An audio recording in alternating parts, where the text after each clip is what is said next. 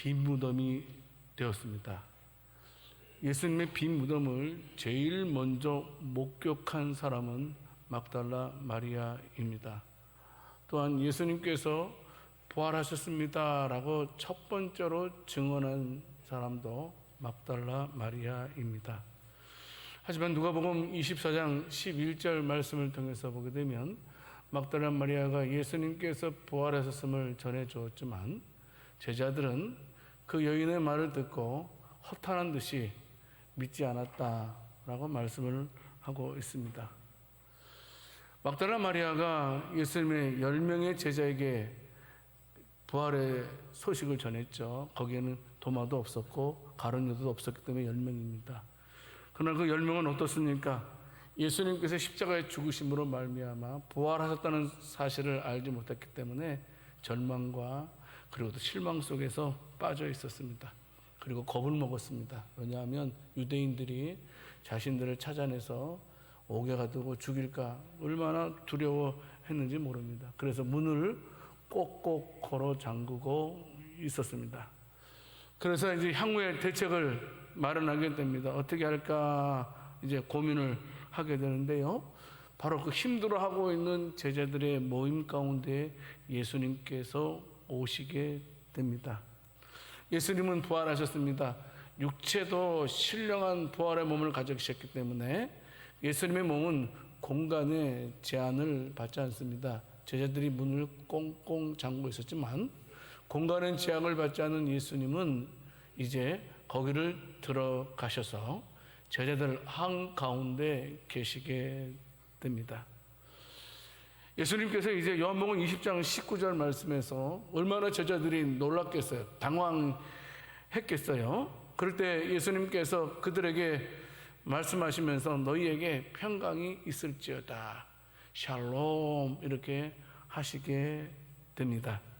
참으로 이 평안은 어떤 평안입니까? 우리가 그냥 형식적으로 만나면 안녕하세요, 안녕하세요, 잘 지내시죠? 라는 그런 말이 아닙니다.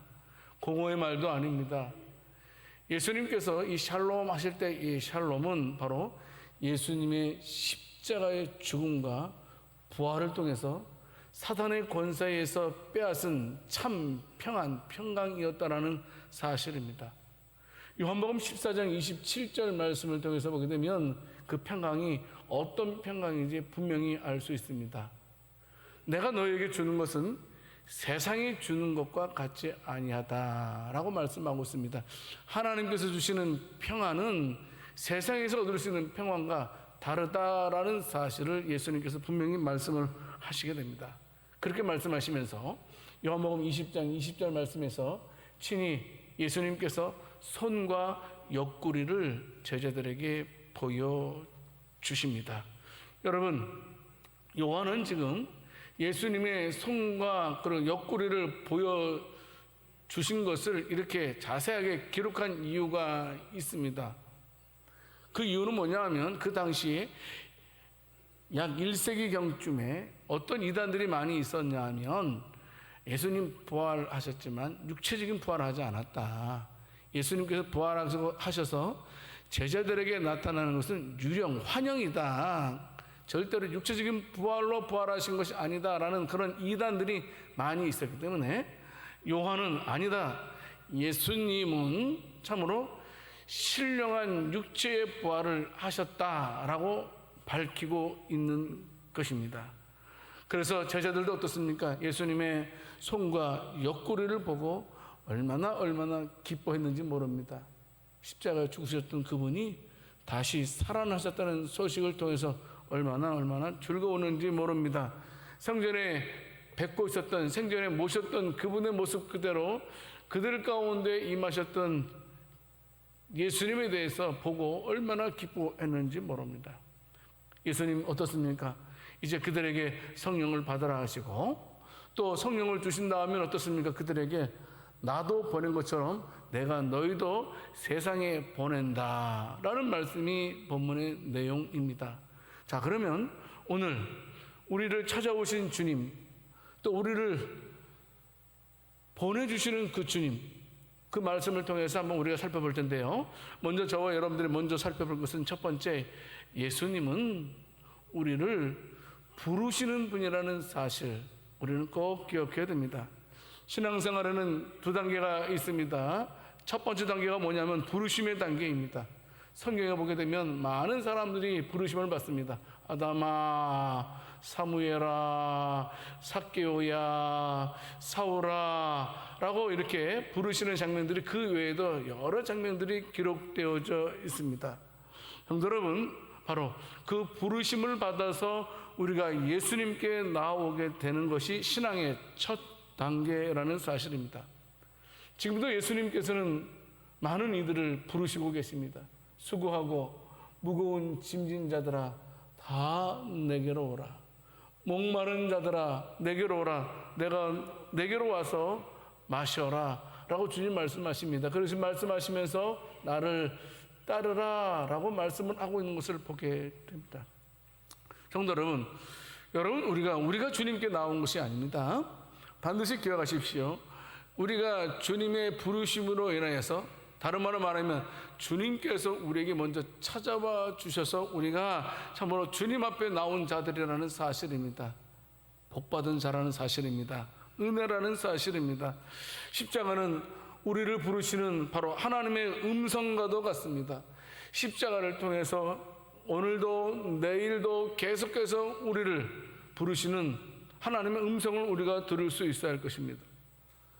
출애굽기 3장 4절에서 5절 보게 되면 하나님께서 하나님의 산 호렙산에서 모세를 부르시는 장면이 기록되어져 있습니다. 모세야 모세야 라고 부르시게 됩니다.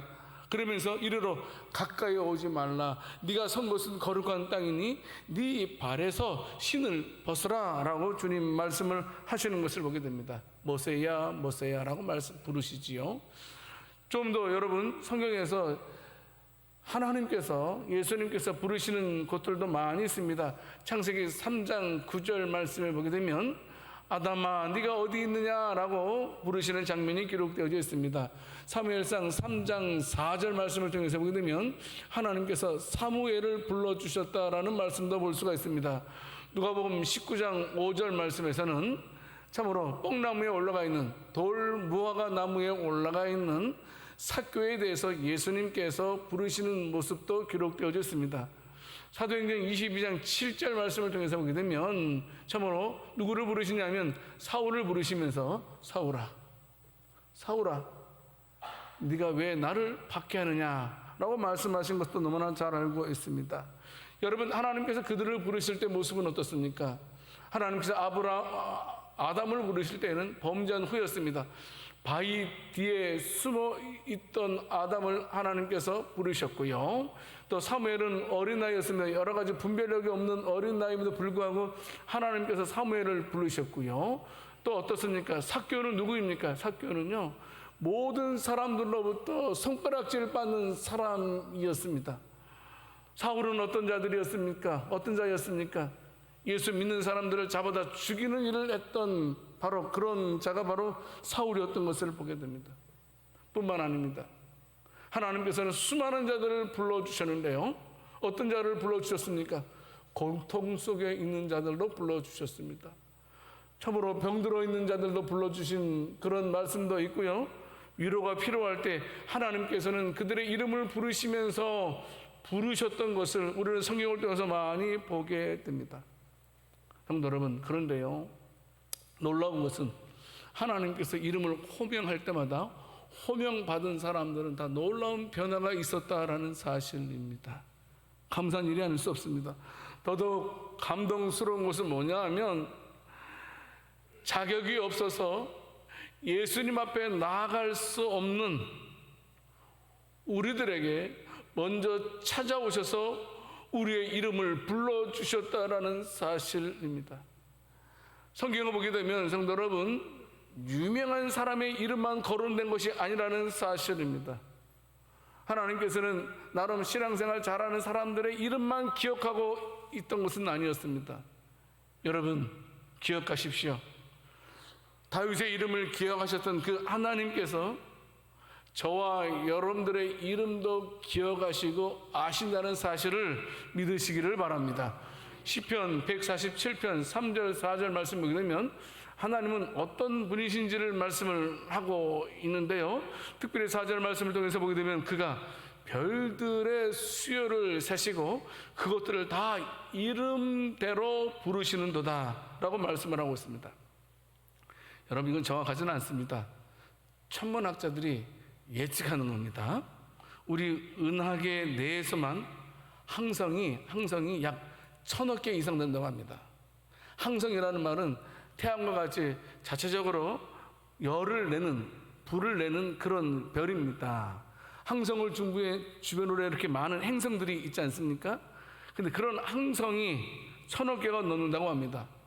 이 우주 안에도요, 이 은하계가 셀 수 없을 만큼 많이 있다라는 사실입니다. 그런데 놀라운 것은 우리가 셀 수 없는 수많은 별들을 하나님은 다 하신다는 겁니다. 다 계수하셨다라는 사실입니다. 그 별 하나하나마다 다 이름을 붙여주셨다고 성경은 말하고 있는 것입니다. 마치 우리에게 이름이 있듯이 모든 별들에게 하나님께서 이름을 지어주셔서 기억하시고 불러주신다라는 사실입니다. 심히 놀라운 일이 아닐 수가 없지요. 그런데 시인이 이렇게 전지전능하신 하나님의 능력을 통해서 말하고자 하는 그런 의미가 무엇이겠습니까? 성도 여러분, 하나님께서요, 별들을 계수하시고 별들에 대해서 다 알고 계신 것처럼 우리 인생도 계수하시고 우리의 모든 것에 대해서 헤아리고 계신다라는 사실입니다. 그래서 예수님 말씀하시죠. 요한복음 10장 14절 말씀에서 나는 선한 목자라, 나는 내 양을 안다고 그랬습니다. 하나님께서는 저와 여러분들을 아신다라는 사실입니다. 하나님께서는 저와 여러분들에 대해서 지대한 관심을 가지고 있다라는 사실입니다. 은혜가 아닐 수가 없습니다. 여러분들은 누구를 좋아합니까? BTS, 방탄소년들입니까? 저는 방탄소년 이름은 잘 누군지 모릅니다. 근데 요 젊은이들은요, 방탄소년 몇 명입니까? 8명입니까? 9명입니까? 걔네들 이름을 다 알고 있더라고요. 그리고 그 가운데 어떤 아이에 대해서 어떤 아이가 무엇을 좋아하는지 다 알고 있더라고요. 여러분들 좋아하는 분 누구 있습니까? 그분들에 대해서 관심을 갖게 되면 그 사람이 뭘 좋아하는지, 그 사람의 키는 얼마인지, 그 사람의 몸무게는 얼마인지, 그 사람이 무엇을 좋아하는지, 그 사람이 어떤 취미를 가지고 있는지 다 알고 있습니다. 관심을 가지고 있기 때문에.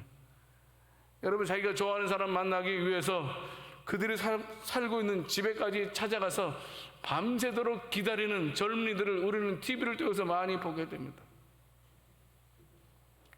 그와 같은 관심, 그와 같은 사랑으로 하나님께서 우리를 사랑해 주신다는 사실입니다.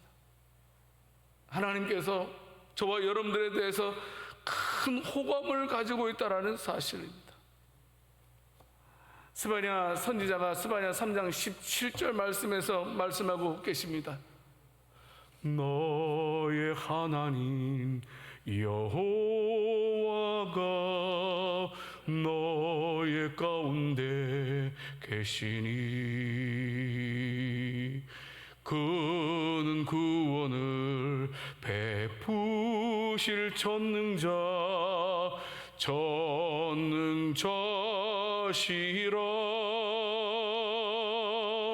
그가 너로 인하여 기쁨을 이기지 못하시며 너를 잠잠히 사랑하시며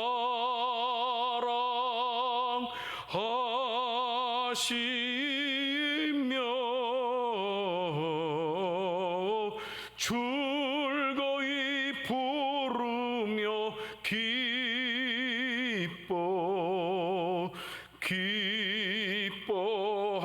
기뻐하시리라.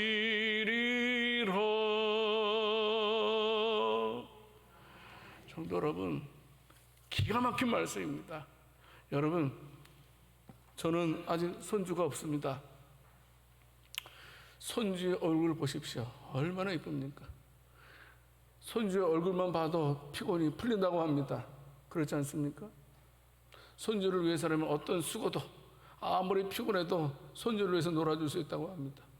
괜히 힘이 난다고 합니다. 똑같습니다. 하나님께서는 저와 여러분들만 보아도 기뻐하시고 그 기쁨을 이기지 못한다는 겁니다. 다른 이유 없습니다. 다른 이유 없이 우리가 하나님의 자녀라는, 예수님께서 부르시고 택하신 자라는 그 이유 하나만으로 하나님께서는 우리를 보고 얼마나 감격스럽게 생각하는지 모릅니다. 잠잠히 사랑하시며 너로 말미암아 즐거이 부르며 기뻐하시리로다. 우리를 얼마나 사랑하셨으면 그 아끼시던 독생자 예수 그리스도까지 이 땅에 보내셔서 우리를 위해서 죽게 하셨느냐 하는 겁니다. 여러분, 누가 우리를 그처럼 사랑해 줄 수 있겠습니까? 근데 우리는 그런 사랑을 받고 있다는 겁니다. 얼마나 감사한 일인지 모릅니다. 여러분, 절대로 혼자라고 생각하지 마십시오. 여러분, 절대로 나 혼자밖에 없다라고 생각해서는 안 됩니다. 시편 139편 8절에서 9절 말씀에 보게 되면 우리 주님은 언제까지 우리와 함께 하시는, 우리를 사랑하시는 분이라는 사실입니다. 내가 하늘에 올라갈지라도 거기 계시며 수월에 내 자리를 펼지라도 거기 계십니다. 내가 새벽 날개를 치며 바다 끝에 가서 거주할지라도 거기서도 주의 손이 나를 인도하시며 주의 오른손이 나를 붙들으시리이다. 성도 여러분, 우리는 하나님의 관심에서 벗어날 수 없습니다. 그러니까 괴로워하지 마십시오. 남이 나를 알아주지 않는다고 힘들어하지 마십시오. 여러분은, 저와 여러분들은 한결같은 하나님의 사랑과 관심이 우리 가운데 주목되고 있다는 사실을 믿어야 됩니다. 그래, 하나님이 나를 책임져 주실 거야. 하나님이 나를 선하게 인도해 주실 거야. 하나님 감사합니다. 나를 지켜주시고 나를 인도하신 하나님을 찬양합니다. 특별히 내가 무엇이간데 내가 받을 사랑 자격이 하나도 없는데 그와 같은 나를 택하셔서 나에게 그와 같은 은혜를 주시는지요. 성도 여러분, 별들의 이름만 기억하시는 하나님 아닙니다. 더 놀라운 건 뭔지 아세요? 이사야서 49장 16절 말씀을 통해서 보게 되면 하나님께서요, 저와 여러분들의 이름을 하나님 손바닥에 기록하셨다고 말씀합니다. 새겼다. 손바닥에 새기셨다. 그냥 기록, 볼펜으로 적은 게 아닙니다. 요새 막 선거운동에서 왕자 때문에 막 이슈가 많이 되고 있는데, 여러분, 여기 손바닥에 새겼다는 말은 무슨 말입니까? 그냥 잊어버리지 않겠다? 저는 그런 뜻 아닙니다. 손바닥에 새겼다는 말은 나한테 가장 소중한 자라는 겁니다. 하나님에게서 저와 여러분들이 얼마나 소중한 자인지 깨닫는 은혜가 있기를 원합니다. 내가 얼마나 하나님과 특별한 관계인지, 이 세상에 어떤 관계와도 비교될 수 없는 특별한 관계라는 사실을 하나님께서 모세를 불러주셨듯이 저와 여러분들을 불러주셨습니다. 하나님께서는 기다려주셨고 다가와 주셨고 이름을 불러주셨고 우리를 안아주셨고 우리에게 입맞춤 해주셨고 우리에게 가락지를 허락해 주셨으며 우리를 위해서 송아지를 잡았고 우리를 위해서 신발을 준비하셨던 그 주님, 우리는 절대로 잊어서는 안 됩니다. 자, 예수님 어떤 분이시냐고요? 우리를 찾아오셔서 우리를 불러주셨던 분이다. 내가 주님께 간 것이 아닙니다. 우리는 절대 주님께 갈 수 없습니다. 주님께 갈 수 없는 저와 여러분들을 친히 예수님께서 우리를 불러주셨다라는 사실을 믿고 감사하는 복된 저와 여러분들이 다 될 수 있기를 살아계신 주님의 이름으로 축원합니다. 두 번째로, 예수님은 우리를 보내시는 분이라는 사실입니다. 보내심을 받아서 세상으로 가는 단계입니다. 예수님께서 우리를 불러주셨어요. 그런데 부르신 이유는 세상으로 보내기 위해서 우리를 불러주셨다는 사실입니다. 오늘 보면 요한복음 20장 21절 말씀에서 말씀하시죠. 아버지께서 나를 세상에 보내신 것 같이 나도 너희를 세상에 보내노라 라고 말씀하고 있습니다. 예수님이 십자가에 죽으시고 부활하시고 승천하시기 직전에 마태복음 28장 19절에서 너희는 세상으로 가라 라고 말씀을 하고 있습니다. 여러분, 제자들을 가리켜서 사도들이라고 말합니다. 사도의 이름의 뜻은 무엇입니까? 보냄을 받은 자라는 뜻을 가지고 있습니다. 성도 여러분, 보냄을 받은 자. 그런데요, 보냄을 받을 때 어떻습니까? 우리의 상태는 어떻습니까? 주님 만났을 때 우리의 마음은 어떻습니까? 기쁨과 평강으로 가득 차 있지 않습니까? 부활하신 주님을 만난 사람과 부활하신 주님을 만나지 못한 사람과는 차이는 비교될 수 없습니다. 성도 여러분, 인생에서 어떤 면에서 가장 중요한 것은 부활하신 주님을 만나는 겁니다. 주님 만나야 됩니다. 여러분, 그럼 우리가 뭐 꿈속에서 만나라는 얘기입니까? 실제적으로 예수님 천국에 계신데 우리가 천국 갔다 오라는 말입니까? 우리가 주님 만난다는 말은 우리 주님께서 나를 위해서 십자가에 죽으시고 부활하셨다라는 사실을 믿는 겁니다.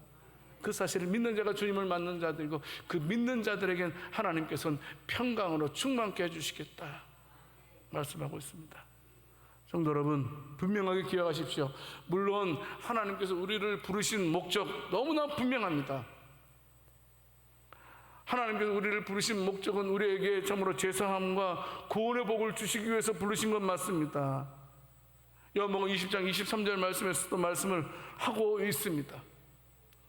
여러분, 예수님께서요 자신에게 온 중풍변자에게 마태복음 9장 2절 말씀에서 뭐라고 말씀을 하고 있습니까? 작은 자야 안심하라, 네 죄 사함을 받았느니라. 내가 네 병을 고쳤다라고 말씀하지 않았네요. 뿐만 아니고 12해 동안 혈우증을 앓은 여인이 예수님께 오지 않았습니까? 마태복음 9장 22절 말씀을 통해서 보게 되면 예수님께서 그 여인에게 뭐라고 말씀하고 있습니까? 따라 안심하라, 네 믿음이 너를 구원하였다, 네 혈우병이 나았다라고 말씀하지 않았습니다.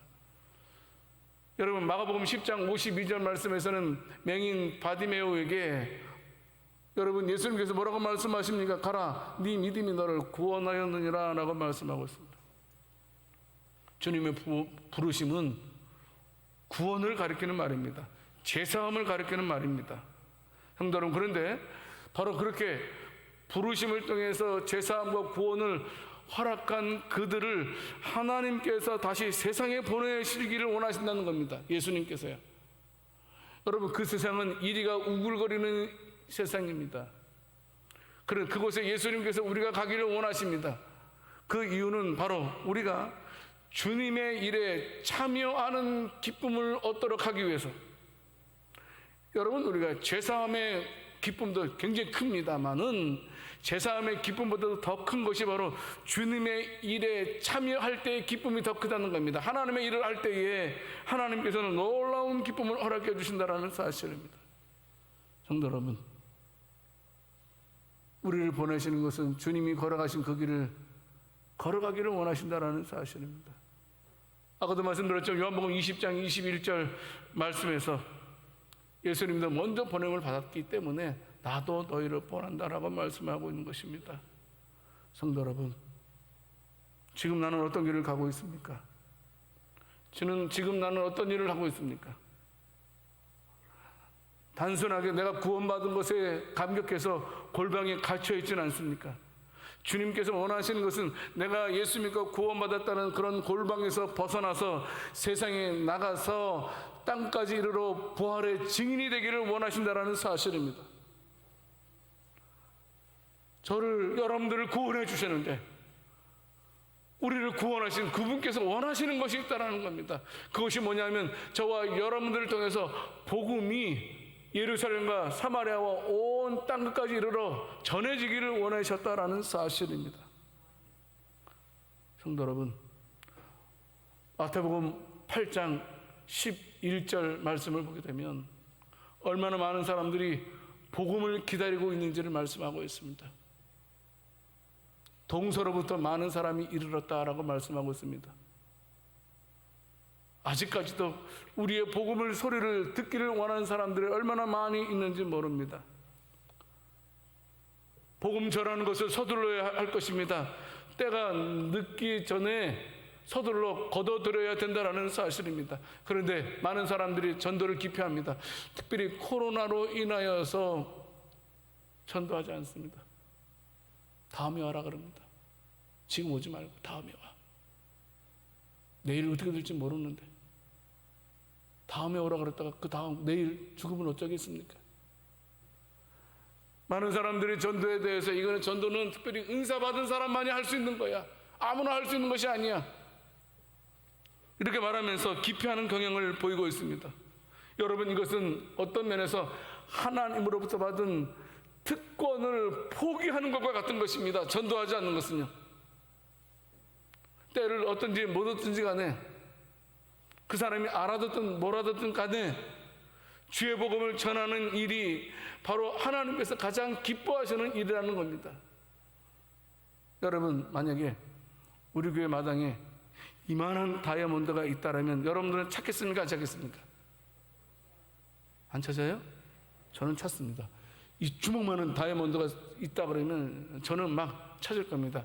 그리고 우리 부목사님들 동원하고 야, 찾아라. 무조건 찾아라 할 것입니다. 여러분, 너나 할 것 없이 우리가 대단한 열의를 보일 것이 뻔하지 않습니까? 여러분, 그런데요, 한 영혼이 구원받는 것이 이 세상의 어떤 보석보다도 귀한 보석이라는 사실, 한 영혼이 예수 믿고 돌아왔을 때에 우리 주님은 춤추신다는 겁니다. 우리가 헌신하는 것도 중요합니다. 봉사하는 것도 중요합니다. 그러나 더 중요한 것은 영혼을 구원하는 겁니다. 영혼을 구원하는 것, 특별히 누구를 통해서 나를 부르신 하나님의 은혜를 기억하고 내가 복음의 증인이 되어야 된다는 사실입니다. 그러면 요한복음 20장 20절 말씀처럼 우리에게 큰 기쁨을 허락해 주실 것입니다. 우리 주님께서 우리를 세상에 보내실 때 우리를 그냥 보내지 않습니다. 요한복음 20장 22절 말씀 통해서 보게 되면 그들을 보내기 전에 성령을 받으라 라고 말씀을 하고 있습니다. 마치 창세기 2장 7절 말씀에 있는 것처럼 어떻습니까? 하나님이 흙으로 사람을 지으시고는 그 코에 생기를 불어넣는 모습을 연상하게 됩니다. 그런데 예수님께서는 제자들을 향해서 숨을 내쉬면서 생기가 아닌 성령을 받으라 라고 말씀을 해주고 있습니다. 성령이 얼마나 중요한지, 성령이 너희와 함께 한다면 두려울 것이 무서울 것이 없다라는 사실입니다. 성도 여러분, 보내심을 받은 저와 여러분들을 통해서 제사함과 구원의 복이 많은 사람들에게 임한다는 사실을 기억하시기 바랍니다. 여러분 생각해 보십시오. 나를 통해서 얼마나 많은 사람들이 제사함과 구원의 복을 받았는지 한번 생각해 보십시오. 그게 목적인데, 그게 우리를 부르신 목적인데, 우리가 이 땅에서 잘 살고 이 땅에서 장수하고 이 땅에서 무병한 것이 우리의 목적이 아닌데, 하나님이 바라시는 목적이 아닌데, 하나님께 정녕 우리를 통해서 원하시는 것은 우리를 통해서 다른 영혼이 제사함 받고 구원받는 것인데,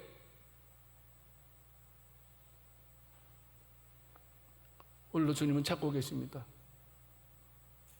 일꾼을 찾고 계십니다. 추수할 일꾼들을 찾고 계십니다. 이사야 6장 8절 말씀에서 주님 말씀하십니다. 내가 누구를 보며 누가 우리를 위해서 갈 거라고 말씀하십니다. 이사야 선지자가 말씀하고 있지 않습니까? 내가 여기 있나이다 나를 보내소서라고 말씀을 하고 있습니다. 우리들도 주님의 부르심에 응답할 수 있는 자들이 될 수 있기를 원합니다. 여러분, 왜 응답해야 됩니까? 누가복음 10장 2절 말씀에 보게 되면 추수할 것은 많은데 일꾼이 없어서 추수를 못한다라고 말씀을 하고 있기 때문입니다. 말씀을 맺겠습니다. 성도 여러분, 한번 냉정하게 생각해 봅시다. 나는 무엇을 위해서 살고 있습니까? 나는 어디로 가고 있습니까? 내가 가는 길이 하나님께서 가는 길인가? 하나님께서 원하시는 길인가 생각해 보신 적은 있으신지요?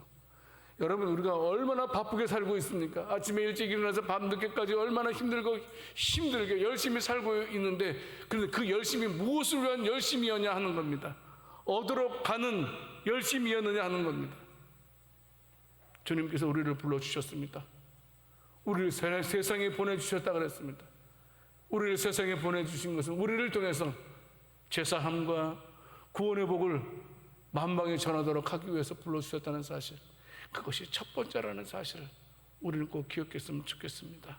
아무쪼록 우리 성도들은 추수할 일꾼으로 쓰임받는, 하나님께 인정받는 일꾼들이 다 될 수 있기를 살아계신 주님의 이름으로 축원합니다. 하나님 아버지, 오늘 하나님께서 제일 기뻐하시는 것이 무엇인지, 하나님께서 우리를 부르신 이유, 그리고 또 보내신 이유를 알았습니다.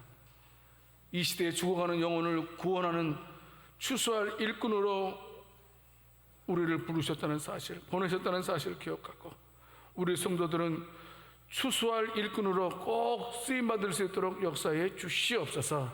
우리 양주 새순교를 통해서 많은 영혼들이 구원받게 하실 줄 믿고 우리 주 예수 그리스도 이름으로 기도드립니다. 아멘.